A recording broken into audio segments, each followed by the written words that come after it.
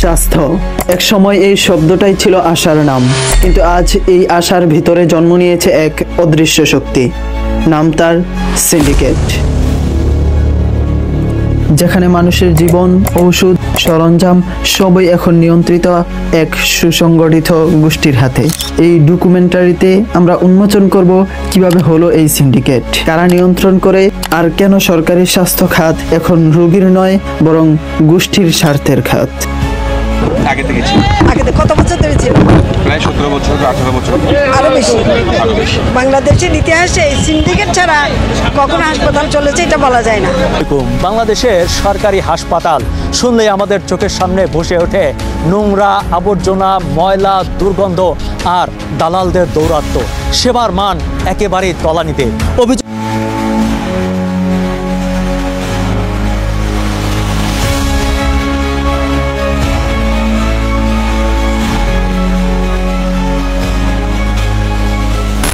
বাংলাদেশ একটি ঘনবসতিপূর্ণ দেশ। প্রায় 17 কোটি মানুষের স্বাস্থ্যসেবা নিশ্চিত করতে সরকারের বার্ষিক বাজেটের একটি বড় অংশ এই খাতে ব্যয় করা হয়। কিন্তু সরকারি হাসপাতাল, স্বাস্থ্য প্রকল্প, ঔষধ ক্রয় ও সরঞ্জাম সরবরাহের ক্ষেত্রে দীর্ঘদিন ধরেই চলছে দুর্নীতি, স্বজনপ্রীতি আর সবচেয়ে বিপজ্জনক সিন্ডিকেট। এটি শুধু কিছু দুর্নীতিবাজ কর্মকর্তার কাজ নয়, বরং এক নেটওয়ার্ক যেখানে যুক্ত আছে কর্মকর্তা, ব্যবসায়ী, মধ্যস্থভোগী, এমনকি রাজনৈতিক প্রভাবশালী ব্যক্তিও। স্বাস্থ্য খাতে বরাদ্দ ও ক্রয়ের ক্ষেত্রে সিন্ডিকেট নিয়ন্ত্রণ এতটাই গভীর যে বেচা কেনার যোগ্য সরবরাহকারীরা বাদ পড়ে যায়, আর মনোনীত কয়েকটি কোম্পানি সবকিছু নিয়ন্ত্রণ করে। অন্যদিকে দ্য ডেইলি স্টার এর অনুসন্ধানে উঠে আসে সেন্ট্রাল মেডিকেল স্টোরস ডিপো, যেটাকে বলা হয় CMSD এর টেন্ডার প্রক্রিয়ায় মিথু সিন্ডিকেট নামে একটি গোষ্ঠী প্রায় 450 কোটি টাকা আত্মসাৎ করেছে। এটাই আমাদের তদন্তের শুরু। একটি স্বাস্থ্য ব্যবস্থা যেখানে রোগীর চেয়ে মূল্যবান হয়ে গেছে কমিশন, আর হাসপাতালের শয্যার চেয়ে বেশি দামি হয়ে গেছে একটি অনুমোদনপত্র। সরকারি স্বাস্থ্য খাতে কেনাবেচা প্রক্রিয়া এর মধ্যে রয়েছে অদৃশ্য নেটওয়ার্ক, কিন্তু প্রভাবশালী ব্যক্তি ও প্রতিষ্ঠান যৌথভাবে নিয়ন্ত্রণ করে টেন্ডার, সরবরাহ, এমনকি নিয়োগও। এই সিন্ডিকেট শুধু অর্থ নয়, মানবিক মূল্যবোধ এরও ক্ষতি করছে।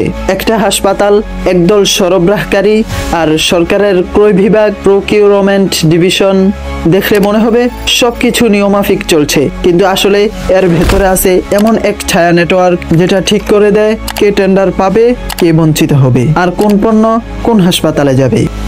বাংলাদেশের স্বাস্থ্য খাতে সিন্ডিকেট গঠনের শুরুটা হয় মূলত সরকারি টেন্ডার এবং সরবরাহ চেইন এর সময় থেকেই। এখানে সরকারি অর্থে কেনা হয় মেডিকেল যন্ত্রপাতি, ঔষধ, হাসপাতালের আসবাব ও ল্যাবরেটরি উপকরণ, ভবন ও অবকাঠামোগত কাজ। এই বিশাল বাজেটের সুযোগ নিয়েই তৈরি হয় সিন্ডিকেট। একটি নির্দিষ্ট দল আগেই সিদ্ধান্ত নেয় কোন কোম্পানি টেন্ডার পাবে আর কোন কোম্পানি টেন্ডার পাবে না। অনেক সময় টেন্ডার নথি এমনভাবে তৈরি করা হয় যাতে নির্দিষ্ট কোম্পানি ছাড়া কেউ যোগ্য না হয়। একাধিক কোম্পানি দরপত্র জমা দিলেও আসলে তারা সবাই একই সিন্ডিকেটের অংশ, অর্থাৎ প্রতিযোগিতা দেখানো হয় কাগজে, কিন্তু আসলে এটি ভুয়া প্রতিযোগিতা।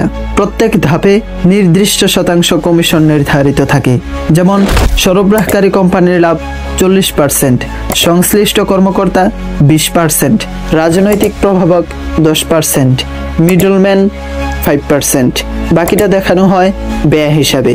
চুক্তি অনুযায়ী মানসম্পন্ন পণ্য সরবরাহ না করে নিম্নমানের বা পুরনো জিনিস সরবরাহ করা হয়, যেমন হাসপাতালগুলোতে অক্সিজেন সিলিন্ডার ও টেস্ট কিট এর মান নিয়ন্ত্রণ ছাড়াই পৌঁছে গেছে। সরবরাহ সম্পন্ন হওয়ার পর কর্মকর্তারা কাজ শেষ বা পণ্য গ্রহণ করা হয়েছে বলে রিপোর্ট দেয়, অথচ আসলে অনেক ক্ষেত্রেই সরঞ্জাম পৌঁছায়নি। স্বাস্থ্য অধিদপ্তর, directorate general of health services এবং সেন্ট্রাল মেডিকেল স্টোরস ডিপো, যেটা CMSD এর কিছু কর্মকর্তা সরবরাহ অনুমোদন, পরিশোধ ও টেন্ডার নথিতে ভূমিকা রাখেন। একাধিক বড় ব্যবসায়ী ও রাজনৈতিক নেতার নাম এসেছে। উদাহরণস্বরূপ নিউজ বাংলাদেশ রিপোর্ট করে যে একটি ভ্যাকসিন ক্রয় সিন্ডিকেট, প্রায় ভ্যাকসিন প্রকিউরমেন্ট সিন্ডিকেট প্রায় 22,000 কোটি টাকা আত্মসাৎ করছে, যার সঙ্গে প্রভাবশালী রাজনীতিবিদ ও ব্যবসায়িক যুক্ত। এরা হচ্ছে সেই কোম্পানিগুলো যারা সিন্ডিকেটের সঙ্গে যোগ দিয়ে দরপত্র জয়ী হয়, তারপর নিম্নমানের বা অসম্পূর্ণ সরঞ্জাম সরবরাহ করে। এই শ্রেণীর লোকেরা যোগাযোগ তৈরি করে, চুক্তি সম্পন্ন করে, কমিশন ভাগাভাগি করে এবং ফাইল ম্যানেজ করে। দ্য ডেইলি স্টার এর অনুসন্ধান অনুযায়ী মোতাজ্জারুল ইসলাম মিথু নামে এক ব্যবসায়ী সরকারের স্বাস্থ্য খাতের 450 কোটি টাকার টেন্ডার নিয়ন্ত্রণ করতেন। তিনি বিভিন্ন নামে কোম্পানি তৈরি করে টেন্ডারে অংশ নিতেন এবং কর্মকর্তাদের মাধ্যমে তা নিশ্চিত করতেন। এই মিথু শুধু একজন ব্যক্তি নয়, সে ছিল পুরো এক নেটওয়ার্কের প্রতীক, যেখানে রাজনীতি, ব্যবসা আর আমলাতন্ত্র মিলেমিশে তৈরি করেছে দুর্নীতির এক অদৃশ্য সাম্রাজ্য। সিন্ডিকেট গঠিত হয় সরকারি কর্মকর্তাদের অনুমোদন, ব্যবসায়িক প্রভাব ও রাজনৈতিক আশ্রয়ে। এটি এক ধরনের অভ্যন্তরীণ বাজার নিয়ন্ত্রণ। এর ফলে সরকারি অর্থ ক্ষতি হয়, প্রকৃত সেবা ব্যাহত হয় এবং সাধারণ মানুষের জীবন বিপন্ন হয়। এটা কিন্তু শুধু বরিশালের দাবি না, এটা কিন্তু বাংলাদেশের 64 জেলার মানুষের দাবি। কারণ যে কটা সরকারি হাসপাতাল আছে, উপজেলায় সরকারি স্বাস্থ্য কমপ্লেক্স আছে, আমরা জানি এইসব জায়গার চিকিৎসাগুলো আসলে কেমন। আমরা ডে 1 থেকে যখন আন্দোলনে নামি, একটা দালাল চক্র আমাদের পিছনে পড়েই আছে। একটা দেশের হাসপাতাল মানে হওয়া উচিত নিরাপত্তার প্রতীক, কিন্তু যখন সেই হাসপাতালেই দুর্নীতির গন্ধ পাওয়া যায়, তখন রোগীর চিকিৎসা নয়, ভয়ই হয়ে ওঠে সবচেয়ে বড় রোগ। বাংলাদেশের সরকারি হাসপাতালগুলো দেশের 70% জনগণের চিকিৎসার মূল ভরসা, কিন্তু এই হাসপাতালগুলোর অভ্যন্তরে সিন্ডিকেট এমনভাবে কাজ করছে যে রোগীর জীবন এখন নির্ভর করছে সরবরাহকারী, কমিশন আর কর্মকর্তার সাইন এর উপর। সিন্ডিকেটরা টেন্ডার জিতে হাসপাতালগুলোতে নিম্নমানের ঔষধ, মেয়াদ উত্তীর্ণ টেস্ট কিট, এমনকি নকল ইনজেকশন পর্যন্ত সরবরাহ করেছে। সরকারি ক্রয়কৃত ভ্যাকসিন স্টোরেজ ইউনিটের 30% অচল হয়ে যায় মাত্র কয়েক মাসের মধ্যেই। যে যন্ত্রটা মানুষের জীবন বাঁচানোর কথা, সেই যন্ত্রটাই যখন ঘোষের টাকায় আসে, তখন মৃত্যু কেবল সময়ের অপেক্ষা। হাসপাতালে ডাক্তার আছে কিন্তু যন্ত্রপাতি নেই, যন্ত্রপাতি আছে কিন্তু টেকনিশিয়ান নেই, বরাদ্দ আছে কিন্তু ব্যবহার নেই। এই ব্যবস্থাটা এমনভাবে সাজানো হয়েছে যে সবকিছুই নির্ভর করে সিন্ডিকেটের অনুমোদিত সরবরাহকারীর উপর। প্রতিটি টাকার পেছনে যদি থাকে ঘুষের ছায়া, তাহলে উন্নয়ন কাগজে লেখা থাকে, বাস্তবে নয়।